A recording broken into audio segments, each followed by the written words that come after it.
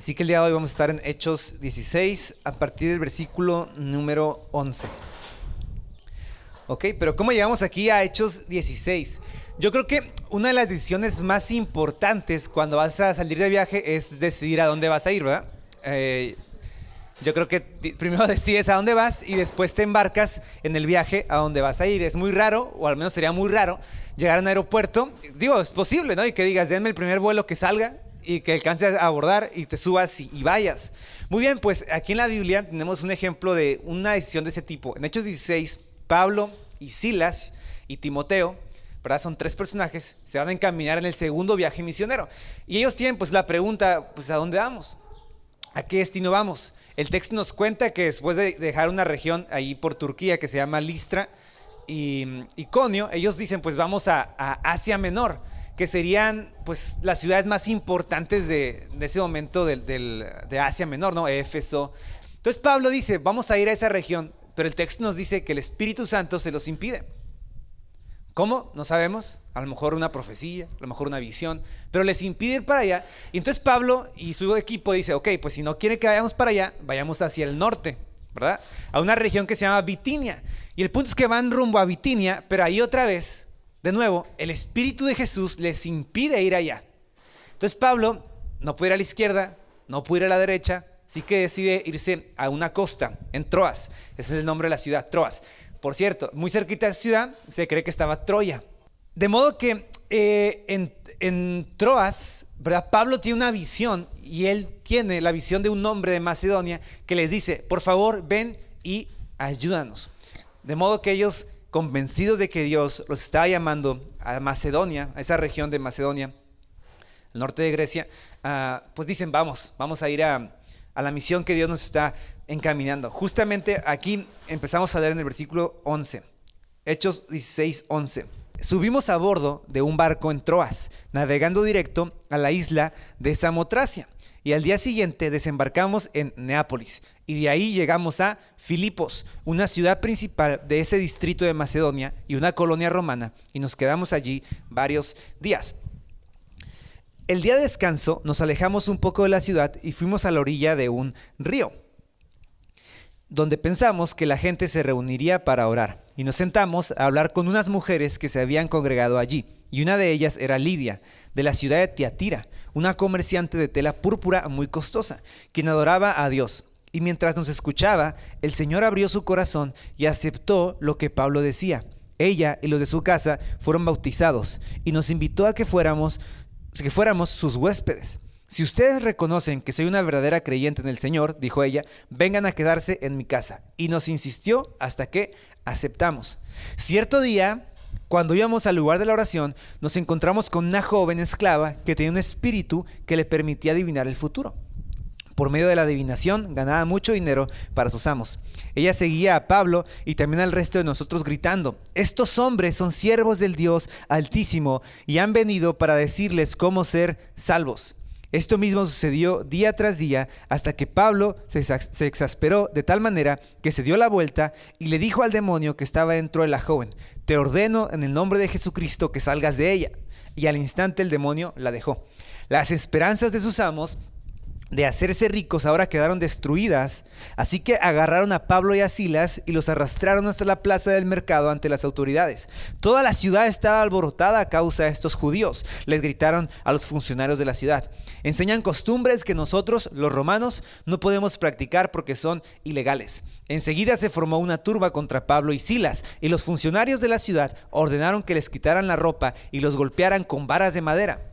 Y los golpearon severamente y después los metieron en la cárcel. Le ordenaron al carcelero que se asegurara de que no escaparan. Así que el carcelero los puso en el calabozo de más adentro y les sujetó los pies en el cepo. Alrededor de la medianoche, Pablo y Silas estaban orando y cantando himnos a Dios, y los demás prisioneros escuchaban.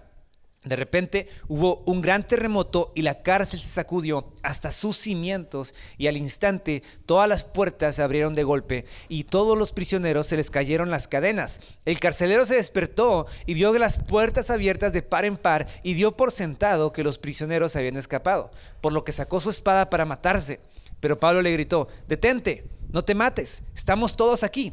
El carcelero pidió una luz y corrió al calabozo y cayó temblando ante Pablo y Silas, y después los sacó y les preguntó: señores, ¿qué debo hacer para ser salvo? Y ellos le contestaron: cree en el Señor Jesús y serás salvo junto con todos los de tu casa. Muy bien, pues ya sabemos entonces por qué el Espíritu Santo le impidió a Pablo y a Silas y a Timoteo ir a otras ciudades y encaminarse a esta ciudad. Esta es la historia de 3 personas que tuvieron un encuentro con Jesús, cada una con necesidad distinta, cada una con un contexto de vida diferente, pero con la misma necesidad de un Salvador, que era Jesús. Cuando Pablo regularmente llegaba a una nueva ciudad, como ustedes van a darse cuenta en el libro de Hechos, él iba a un lugar primero a predicar, y ese lugar es conocida como la sinagoga. Una sinagoga es un lugar de reunión que los judíos tienen hasta el día de hoy. En este momento tenían para reunirse y juntos aprender de la ley, aprender las costumbres del judaísmo, no importando la ciudad donde se encontraban. Era ese lugar donde ellos como judíos podían encontrarse y vivir sus costumbres. De modo que, pero aquí, si se dan cuenta en el texto, cuando ellos llegan, no hay una sinagoga, no van a la sinagoga, dice que van a la orilla de un río. ¿Por qué? ¿Por qué no ir a la sinagoga como comúnmente hacían? Para que una sinagoga existiera en una ciudad tenía que haber un mínimo de 10 hombres judíos, cabezas de hogar, que se reunieran. Lo que por implicación sabemos es que en esta ciudad de Filipos no había el quórum necesario de 10 hombres para juntarse a aprender. Probablemente ni siquiera había hombres judíos. Dice que cuando fueron a la orilla de un río, a ver si había un lugar ahí donde se juntaran personas a orar, encontraron un grupo de mujeres. Ni siquiera era un grupo de unos cuantos varones, dice que era un grupo de mujeres. Y ellas seguramente estaban juntas, temían a Dios, oraban juntas, les gustaba aprender de la palabra del Señor, les gustaba vivir juntos en esa pequeñita comunidad. Así que tener a un maestro, un rabino como Pablo, tan preparado, pues hubiera sido una oportunidad interesante para escucharlo. Y el texto nos cuenta que mientras ellos estaban ahí predicando, el Señor abrió el corazón de una mujer que se encontraba en medio del grupo, y el nombre de esta mujer es Lidia. Lidia es la primer convertida de toda Europa en la historia del Evangelio, según este texto. Y Lidia nos cuenta aquí la historia que era una comerciante de tela de púrpura. Probablemente han escuchado, y si no, se los comento, la púrpura, el color púrpura, en ese momento, ahorita con tantos sintéticos que tenemos, pues es fácil producirla, pero en ese momento obtener el color púrpura era un color muy complicado de hacer, tanto que se ocupaba, fíjense, aproximadamente, si tú querías comprar 1 kilo de púrpura, tenías que pagar 20 veces más que cualquier otro tipo de tela en ese momento. Para comprar un vestido de púrpura, un panadero hubiera tenido que, en ese tiempo, trabajar 3 años y guardar todo su sueldo para comprarse una sola prenda. La púrpura era muy costosa, por eso era únicamente propia de la gente muy rica o de la realeza. Los reyes, los césares, tenían la costumbre de usar telas de color púrpura porque eso demostraba 2 cosas: su estatus y su dinero, la cantidad de poder que tenían para adquirir eso. De hecho, hasta el día de hoy, si tú quieres comprar 1 gramo de púrpura real, producida por los moluscos, se puede, y te vale nada más 2.500 euros el gramo, a la actualidad. Entonces imagínense, en ese tiempo era muy complicado, así que no estaría mal pensar que esta mujer, Lidia, pues no era una pescadora, era una comerciante de la ciudad de Tiatira, en Asia, donde por cierto el Espíritu Santo no nos dejó ir, porque aquí van a encontrar una mujer de esa región. Era una mujer rica, una empresaria, una mujer, ¿por qué no?, independiente. Y al ser Filipos una colonia romana, las mujeres tenían no únicamente el derecho de ser tratadas casi igual que un hombre, que en ese tiempo era toda una novedad. Ellas tenían derecho de independencia total y tenían mucha capacidad jurídica en un tiempo donde las mujeres eran muy marginadas. De modo que si pensamos en Lidia, sus necesidades espirituales podían ser, a comparación de otros tipos de personas, pequeñas o insignificantes, ¿verdad? Ella no necesitaba probablemente un salvador, ella a lo mejor no necesitaba nada de eso, ella estaba bien, ella tenía simplemente todo lo que deseaba, pero temía a Dios y le gustaba escuchar el mensaje de la palabra de Dios. Y cuando ella escuchó el mensaje del Evangelio que Pablo y sus compañeros predicaban, Su corazón se abrió de par en par. Palabras fueron suficientes para que ella conociera a Jesús y tuviera un encuentro con Él. Y el texto nos dice que el Señor abrió su corazón. ¿Pueden imaginar eso? Es una expresión hermosa, ¿verdad? De encontrarse con Dios. Dios abre su corazón. Y es impresionante porque Lidia, una mujer que estaba acostumbrada a ver cosas hermosas y a vender cosas hermosas, encontró en Jesús y su mensaje algo mucho más hermoso, a lo cual ella podía aferrarse y creyó. Ahora, ¿cuál es el mensaje que Pablo predicaba? Porque aquí no se nos dice específicamente, pero sabemos que él predicaba el evangelio. Y para recordar esto, yo creo que qué mejor ejemplo que ir a Filipenses, ¿no? No te voy a pedir que vayas con tu Biblia ahí, pero en Filipenses, una carta escrita justamente para la gente de esa ciudad, Pablo nos da una presentación excelente del evangelio. En Filipenses 2, creo que escuchó ese texto, Pablo dice, ¿verdad? Que tengamos nosotros la misma actitud que hubo en Cristo, que aunque Él existía en forma de Dios, no consideró el ser igual a Dios como algo a lo cual aferrarse, sino que Jesús se despojó de sí mismo, renunció a esa investidura gloriosa y tomó la forma de un esclavo, la forma de hombre. Y en la forma de hombre, Él se hizo obediente, humillándose hasta la misma muerte y la muerte de cruz. Y todo esto por amor.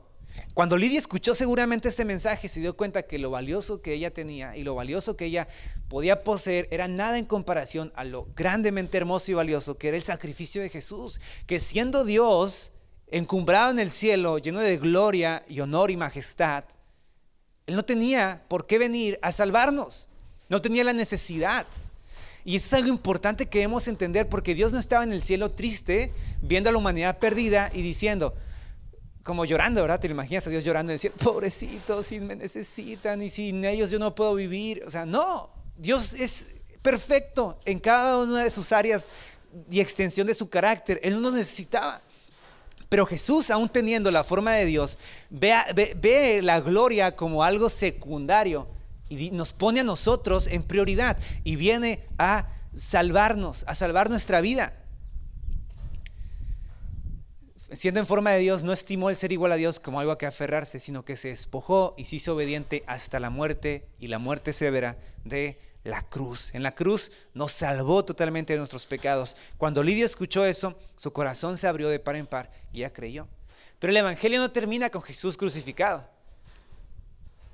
Pablo nos continúa diciendo en Filipenses 2, por lo cual Dios también lo exaltó hasta lo más alto y le dio el nombre que es sobre todo nombre, para que al nombre de Jesús se doble toda rodilla que está tanto en el cielo, en la tierra y como debajo de la tierra, y algún día toda lengua confiese que Jesucristo es el Señor, para gloria de Dios el Padre. Eso es Filipenses 2. Ahora, Jesús no únicamente es un Salvador, Dios lo ha exaltado también como un Señor. Y yo no sé qué tú ocupas en tu vida, pero Jesús en tu vida debe ser tanto un Salvador como un Señor. Si únicamente vemos a Jesús como un Salvador, como aquel que, y más bien entendemos mal lo que es un Salvador, pensando que Jesús solo nos quita nuestros problemas y nos hace que nos vaya bien, y nos olvidamos que Él también es nuestro Señor, el dueño de nuestra vida, quien puede gobernarnos, nos quedamos con ni un cuarto del evangelio, nos quedamos con una partecita pequeña de lo que realmente es la gran misión de Jesús. Lidia encontró en Jesús un Salvador. Pero hay ciertas personas que necesitamos enfáticamente, más que un Salvador, un Señor, alguien que gobierne nuestra vida, que ponga en control nuestros deseos desordenados y que nos diga cómo vivir esta vida para poder así agradar a Dios. Y ese ejemplo lo encontramos no en Lidia, sino en la muchacha que estaba poseída, nos leímos en este texto, por un demonio. Fíjate, en el original dice que ella estaba poseída por el demonio de Pitón. Pitón era... Es decir, ¿tú qué es eso? Una pitón es una serpiente. Los griegos en el oráculo de Delfos, y esto lo has visto seguramente en la película de 300, ¿recuerdas? Sí, un poquito, cuando Leónidas tiene que subir a un oráculo a ver el futuro. Ok, ese es el oráculo de Delfos. Y según los griegos, el oráculo de Delfos estaba custodiado por una serpiente gigantesca, casi un dragón. Y el dios Apolos la mató y él poseyó ese monte. Y supuestamente había mujeres que tenían el espíritu de Pitón, de Apolos, por medio del cual ellas podían vislumbrar el futuro y comentar respecto a los tiempos que vendrían, dar profecías. En esencia era adivinación, brujería, ¿verdad? Era una lectura respecto al futuro. Y esta niña estaba poseída, dice el texto, por ese espíritu. Y por supuesto sus amos, porque fíjate, era una muchacha. El texto literal dice una niña, una esclava. Y aparte estaba poseída. Esta mujer necesitaba un señor que poseyera su vida, que la salvara de la prisión en donde ella se encontraba. Cuando Pablo pues va caminando un día, dice que esta muchacha se ponía atrás de ellos y les gritaba: estos son siervos del Dios Altísimo que les muestran a ustedes el camino de salvación. Y seguramente si esta muchacha profetiza decía eso, pues la gente se amontonaba a escuchar qué decían ellos, ¿verdad? Pero por supuesto Dios no ocupa publicidad del diablo, ¿verdad? Será muy buen publicista, pero Dios no ocupaba eso. Así, de esa misma manera, se referían los demonios a Jesús: tú eres el Hijo del Dios Altísimo. Y Pablo, pues, qué curioso, el texto dice que estaba harto. Llegó un punto donde ya, no aguanto más. Uno podría decir, híjole, mejor hubiera hecho el texto, ¿no? Como que Pablo, con una gran compasión por la alma perdida de esta mujer, se volteó y la liberó. No, dice el texto que se cansó, estaba harto ya, y se voltea y le dice: en el nombre de Jesús, le dice al demonio, te ordeno que salgas de ella. Y en el mismo instante ella quedó liberada. Esta mujer, nuevamente, ocupaba un Salvador, pero en la expresión máxima de un nuevo Señor. Alguien que llegara a poner orden en su vida y que quitara todo lo que estorbaba, sobre todo esos demonios que la poseían, y ella pudiera encontrar realmente liberación. ¿Tú crees que ella no se vio liberada de tan tremenda esclavitud en la que estaba, no únicamente física, sino emocional, espiritual? ¿Qué tanto tuvo que haber pasado o hecho ella para estar poseída de tal manera que le esclavizaban, usándola como un objeto para adivinar el futuro de las personas? Por supuesto, ella encontró en Jesús un Señor que la liberó por completo de la prisión donde ella estaba. De modo que Lidia es un ejemplo de personas que necesitan urgentemente un Salvador. Esta niña es un ejemplo de personas que necesitan urgentemente un Salvador que sea Señor, que gobierne tu vida, que gobierne la mía. Y es una muy buena pregunta para nosotros hoy. ¿Tú qué ocupas? ¿Qué necesidad tienes tú hoy? Porque Jesús es un Señor, también un Salvador en tu vida. Él quiere quitar el pecado de ti, pero también quiere gobernar tu vida para que tú vivas una nueva vida que lo pueda agradar. Y eso es posible porque Él es tu Salvador y también tu Señor. Pero también hay veces que nosotros no nos es suficiente ver a Jesús como un Señor o como un Salvador. A veces ocupamos, lamentablemente, y puede pasar, que Dios primero sacuda nuestras vidas para nosotros poder tener un encuentro con Él. Lidia escuchó, el Señor abrió su corazón. Esta muchacha vio el poder de Dios y fue liberada. Tú probablemente has escuchado el mensaje del Señor, no has abierto tu corazón.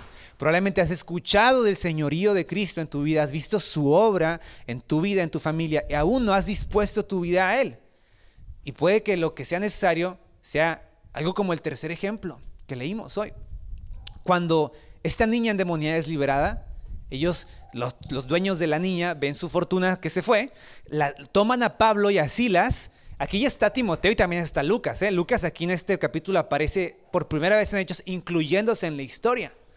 Pero ellos no los arrestan nada más a Pablo y a Silas, los llevan ante los magistrados, que eran 2 magistrados, y a esos magistrados se les hizo fácil juzgarlos rápido, azotarlos y meterlos a la prisión, y le dicen al carcelero: ponlos en el lugar más seguro. Y el carcelero, fiel a su trabajo, los lleva hasta el calabozo más profundo y les pone los pies en el cepo. Fíjate qué ilustración tan clara. Este hombre llevó el mensaje mismo del evangelio hasta lo más profundo de su fortaleza y los encerró ahí abajo, donde nadie pudiera jamás molestarlo. Es una actitud muy similar a nosotros cuando escuchamos el evangelio y nos resistimos a creer. Lo encerramos ahí como si no fuera a pasar nada. Pero Pablo y Silas, a mitad de noche, con su espalda sangrada, con su cuerpo lacerado por los azotes que les habían dado, están orando en voz alta y están cantando. ¿Te imaginas eso? Para los prisioneros debió haber sido admirable ver gente que estaba sufriendo injustamente, que estaba toda mayugada, y oírlos orar en voz alta, como Jesús oraba diciendo: Padre, perdónalos, no saben lo que hacen. Padre, si es tu voluntad que estemos aquí, está bien, te tenemos a ti, eres más que suficiente. Y hey, Silas, échate una canción. Y Silas empezó a aplaudir y empezaron a cantar. Y el carcelero seguramente estaba tan arriba de ese calabozo escuchando a estos hombres, y entre su sueño medio se adormilaba él, se durmió escuchando a lo lejos que esos hombres oraban y cantaban. Y en su sueño probablemente dijo: me duermo y esto ya se habrá acabado. Pero ¿qué pasó? A medianoche hubo un terremoto de tal magnitud que las puertas se abrieron, las cadenas de los presos cayeron, y el carcelero, entre sus sueños, escuchando esos cantos, esos himnos, esas oraciones, probablemente teniendo pesadillas, se despierta y lo primero que él ve es las puertas abiertas de par en par. Y dice: los prisioneros se han escapado. Y uno diría: pues si los prisioneros escapan, que bueno, no, yo no me voy a suicidar. Pero este hombre saca la espada y está a punto de suicidarse. ¿Y esto por qué? En la ley romana, un guardia de seguridad que custodiaba a un prisionero, si el prisionero se escapaba, el pago por esa falla era su misma vida. Era vida por vida. Y no iba a ser una muerte bonita.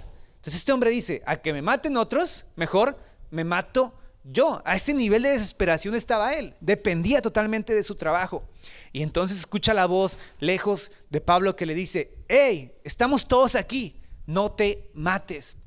Y este hombre, fue tanta la impresión que causó todo esto, que en el texto original, la palabra que se usa ahí para caer delante de sus pies es de que se precipitó, como un vaso que chorreas así. Este hombre, quebrantado por lo que acaba de vivir, se precipita dentro de la cárcel, cae rendido ante Pablo y Silas y les responde: ¿qué debo hacer para ser salvo? Y le dijeron: cree en el Señor Jesucristo, serás salvo tú y toda tu casa.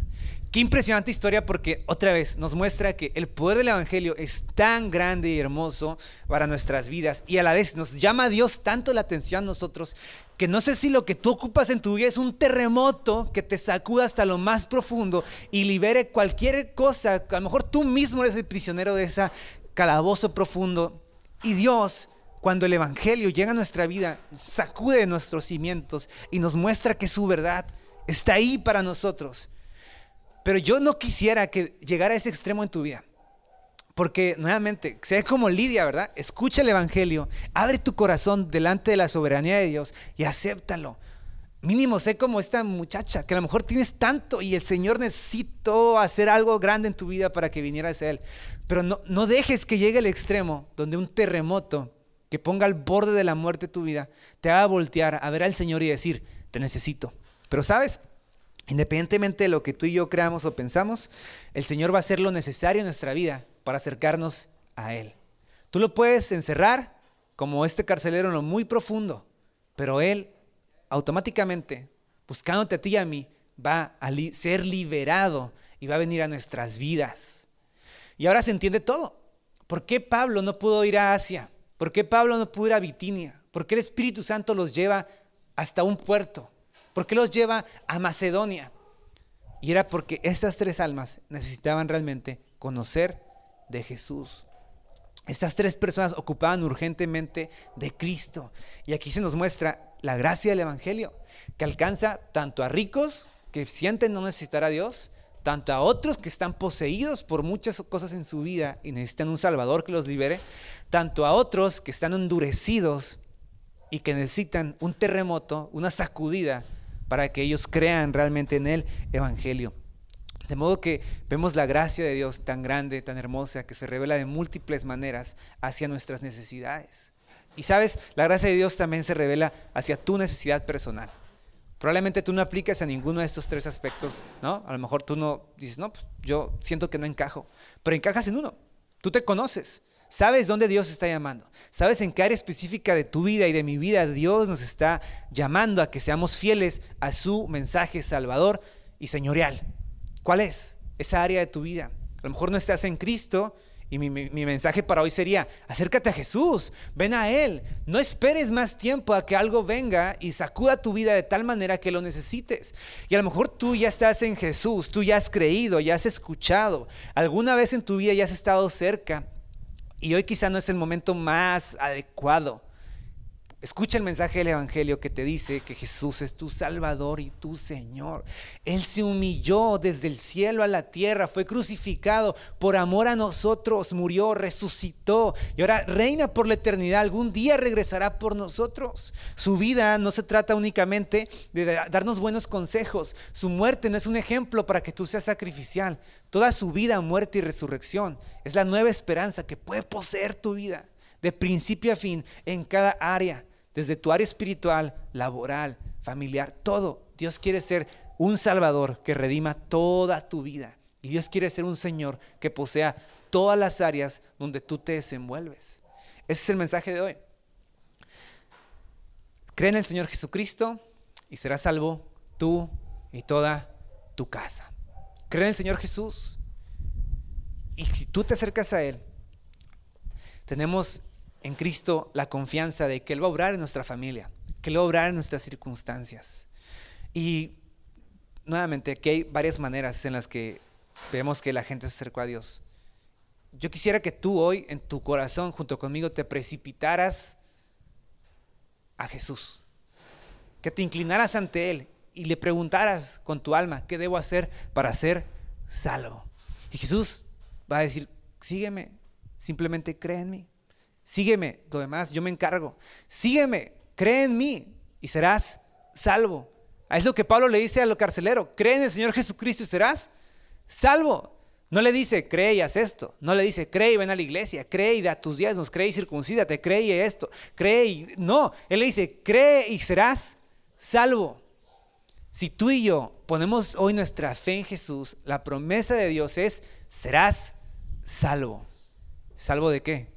De la perdición, de su ira, salvo de lo que nos aleja de Él, salvo de ti mismo, ¿por qué no?